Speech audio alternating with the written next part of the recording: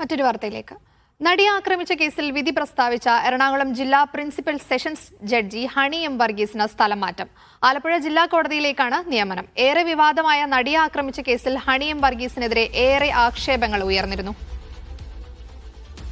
ഗോപിക അരവിന്ദ് വിവരങ്ങൾ നൽകും. ഗോപിക, എന്താണ് ഈ വാർത്തയുടെ കൂടുതൽ വിവരങ്ങൾ?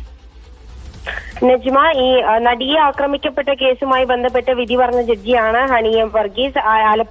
എറണാകുളം പ്രിൻസിപ്പൽ സെഷൻസ് കോടതിയിൽ ജഡ്ജിയാണ്. ഇപ്പോൾ ആലപ്പുഴ ജില്ലാ കോടതിയിലേക്കാണ് ഈ സ്ഥലം മാറ്റമുള്ളത്. എന്തായാലും വളരെയധികം വിവാദങ്ങൾ ഈ വിധിയുമായി ബന്ധപ്പെട്ട് വളരെയധികം വിവാദങ്ങൾ നിലനിന്നിരുന്ന ഒരു സമയം കൂടിയായിരുന്നുകൊണ്ട് എന്തായാലും ഔദ്യോഗികമായിട്ടുള്ള ഒരു സ്ഥലം മാറ്റമാണ്. കെ ബാലകൃഷ്ണനാണ് ഇപ്പോൾ പുതിയ എറണാകുളം പ്രിൻസിപ്പൽ സെഷൻസ് കോടതി ജഡ്ജിയായി നിയമിതനായിരിക്കുന്നത്.